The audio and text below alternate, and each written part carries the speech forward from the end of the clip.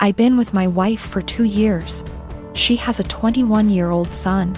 I have a 14-year-old daughter from my previous marriage. My late wife passed away in 2014.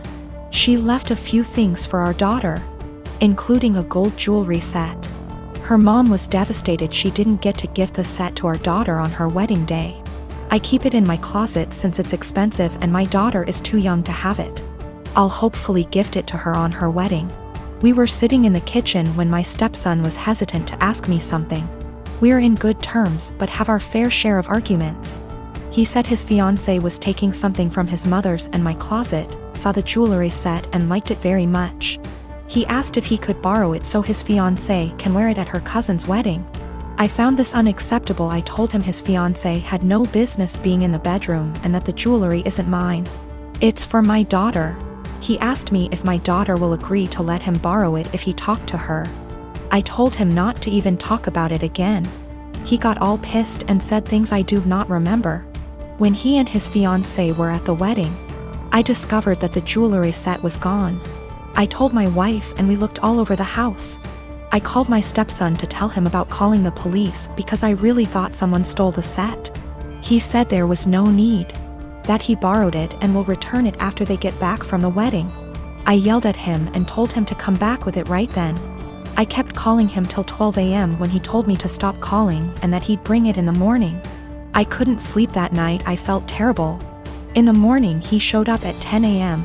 He didn't bring it and started stalling, saying he forgot he'd bring it the next day. At this point it was clear he gifted it to his fiancée and was stalling. I got so mad I told him I will be pressing charges if he doesn't return the set today. We got into an argument. My wife said his fiancée was the one who wanted the jewelry set. But he was the one who took it and it's not even mine, it's my daughter's, which made it worse. Because I'm responsible for whatever happens to it. His grandparents berated me after I told them this and got mad and defended him when I said that I will be pressing charges. He stole and needed to be responsible for his actions. He didn't respond to my final calls, so now I've given him one last chance, and it's over. I pressed charges today. They're saying calling the police was extreme and cruel. They're all convincing me to back down. He was replying to me sarcastically when I said I'd get the authorities involved, and he didn't take me seriously. His mom said she tried to talk to him, but I had enough of him stalling, hoping I'll just let it go, so he can make his fiancée happy. I feel like an irresponsible idiot. I can't even look at my daughter without feeling frustrated and infuriated. I'm hurt, but what's worse is that this is my daughter's property that I couldn't take care of.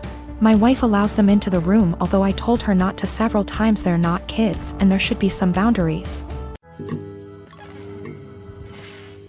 I am a 37-year-old male. I have a 13-year-old son. I was a widower when I met my now wife. She has a 16-year-old daughter from another relationship. The family is often on pretty good terms. My son is the quiet one in the house. He keeps to himself a lot, but not to the point of being concerning. My wife and stepdaughter are the complete opposite. They both encourage him to be outgoing and share activities and join gatherings with extended family. My son complained about having to be forced out of his comfort zone and having his need for space invalidated. I spoke to both my wife and stepdaughter and asked them to give him space and freedom to spend his time however he wanted. They apologized and promised to let him be. As Mother's Day was approaching, I wanted to throw my wife a surprise Mother's Day celebration. It was no longer a surprise because my stepdaughter gave her the heads so she could prepare. Yesterday I got off work earlier than usual to get final arrangements done. We planned to celebrate at the restaurant and invited her family there. I had the key, and while I was entering the house through the front door, I overheard my wife and stepdaughter talking to my son. My wife was asking my son if he could convince me to let him stay home and not go with them to the restaurant to celebrate. I paused and decided to keep listening. My son said why, and she told him that his introverted and socially inept attitude will make her family uncomfortable and will ruin the mood. He promised her that he'd be well behaved and would try to interact and socialize with everyone, but she said that she wasn't buying it. He kept reassuring her, but she snapped and told him that technically she's not his mom, so she didn't get why he wanted to celebrate Mother's Day with her so badly. My stepdaughter threw some, I don't remember, backhanded comment, and then both of them were shocked to see me standing there. Both were staring without saying anything. I told my son and his stepsister to go to their rooms, then told my wife that the celebration was off, cancelled. She tried to argue, asking why repeatedly, and I told her why. She tried to explain that she didn't mean it like that and that I only heard part of the conversation but not all of it. I told her I was done arguing and the decision was already made.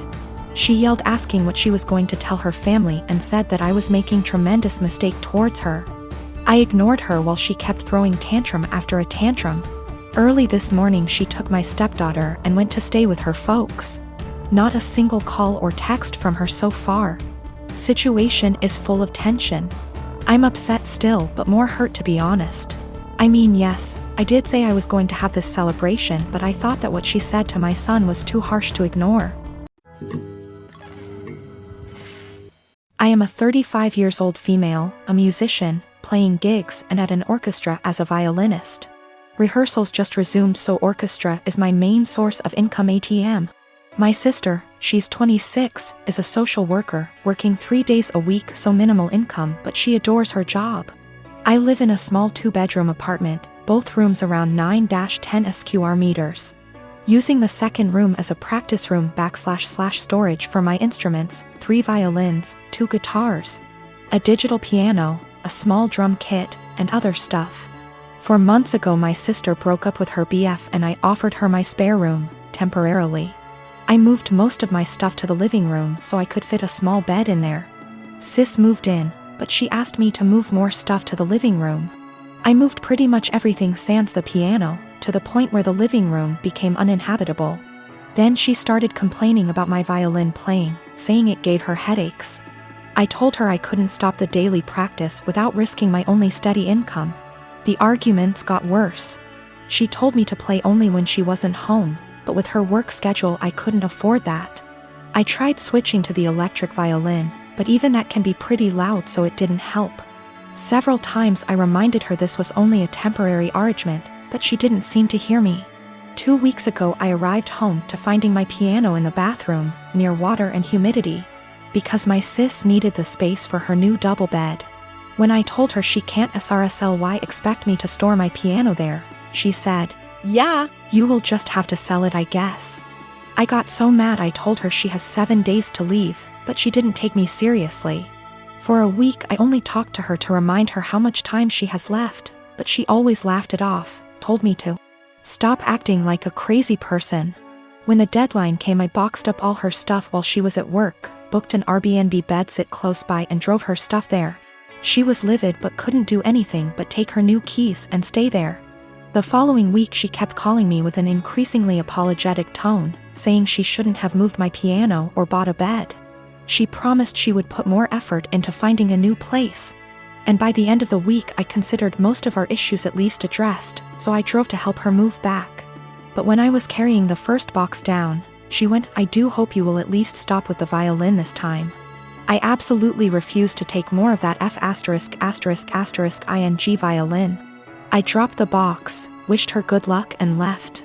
Now, 2 days later, on one hand it feels like a huge overreaction to leave my own sister literally homeless because of an argument about the violin. I know she cannot afford to stay there, but on the other hand I have no plans to allow her back here, because I feel she would just continue crossing boundaries and never leave. I, 29F, dated a guy Joe, 30M, for 3 months before he left me to go back to his ex Kim, 30F. Right after we broke up I found out I was pregnant and now I'm at 24 weeks. I let him know and he was ecstatic. Turns out his girlfriend had fertility issues and would likely never be able to get pregnant naturally, and he has always wanted to be a father. Getting back together was out of the question for both of us, so he's still with his girlfriend. Joe was only allowed at the initial appointment because of COVID-19, and we found out I was having twins. According to Joe, when he told Kim she had a mental breakdown about her infertility and wanted to talk to me. I met them at their house and Kim stated that she wanted to be involved in my pregnancy because she would eventually be the children's stepmother. She started telling me that I needed to do a home birth, that I needed to formula feed so that they could have the babies half of the week, that she wanted 1 boy and 1 girl, and that she wanted the kid to call her mama since they would be calling me mommy. I shut her down and said I would make the best choices for my children and my body and left. Kim continued to be overbearing and texting me every day about my eating habits, exercise habits, and ing about how her job wouldn't let her take maternity leave. At the virtual genetics counseling appointment, she attended instead of Joe and took over the whole meeting trying to talk about her family history, which wasn't relevant. When it came time for my 20-week level 2 scan, they allowed me one guest and Joe suggested I take Kim instead of him, which I refused to do.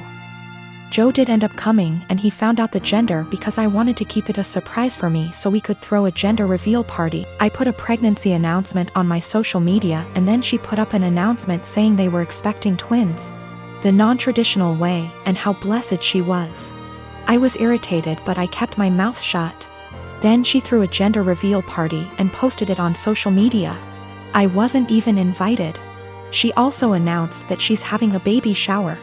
I commented on her posts and told her to stop treating me like a surrogate, that the kids weren't hers, and that Joe didn't have any claim or custody of the kids until they are born. I then called Joe and reiterated all of this and stated that I would not be seeing either of them until we went to family court, and that my mother would be my birthing partner. He and Kim and some of her friends and family are saying I'm an asshole, and her mother even called and insisted I give her one of my babies. Like, this is the Parent Trap? I'm definitely getting a lawyer ASAP. Y'all have scared the shit out of me, but I'm happy you did. We used condoms because I do not react well to hormonal birth control and I had to wait to get a non-hormonal IUD because of other medical issues. The Thursday I posted this, I went to the police and they stated that there was nothing they could do because a crime hadn't been committed. In my state, orders of protection are criminal or family, so I was able to get one against Joe. On Friday, I did get a lawyer and they let me know in my state there was nothing I could do as far as custody before the babies are born. So I will be leaving my state soon to ensure that this isn't my baby's home state and I can't be charged with anything. Kim came to my job, damaged my car, and broke a bunch of office windows. I work with kids, so she was arrested for not just the criminal damage and trespassing but also child endangerment, so hopefully that works in my favor. Also, if Joe did it on purpose, I don't think Kim knew, because she was screaming at me about how I stole her life and everything I had was supposed to be hers. I have orders of protection against both Kim and Joe. I left the state anyway and Joe and Kim started harassing me again because there's no legal jurisdiction when you leave the state. But I have enough evidence that I was able to press charges in my current state as well and will be pursuing a restraining order here.